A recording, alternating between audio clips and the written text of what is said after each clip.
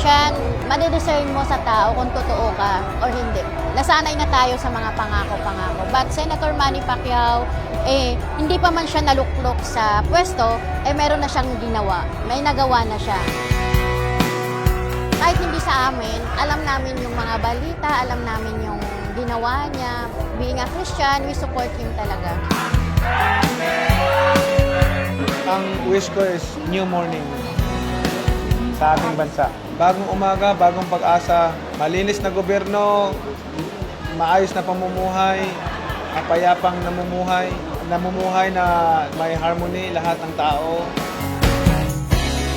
Nagkakaisa, may trabaho, hindi nagugutom. Ang pinapangarap ko na lang na magkaroon ng tunay na pagbabago yung bagong umaga ng ating bansa. Yan ay mangyayari lamang kung tayo ay nagkakaisa, kung tayo ay nananalig sa Panginoon. Panginoon ang siyang nagbibigay sa atin ng kapayapaan, proteksyon, blessing.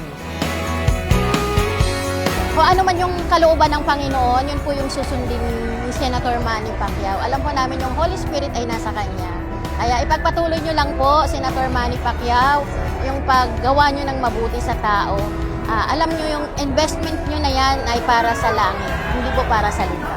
Isaiah 41:10, wag pong matakot na lumaban. Alam po natin na ang Lord ang nagbigay sa kanya ng strength. Bayan, bangon, huwag kang matakot.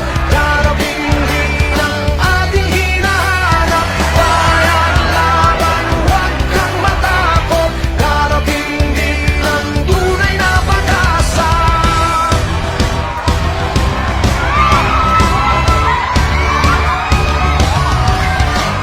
Isang taong nakapangulit, may takot sa Diyos. Handang lumaban kahit sino pang nasa likod.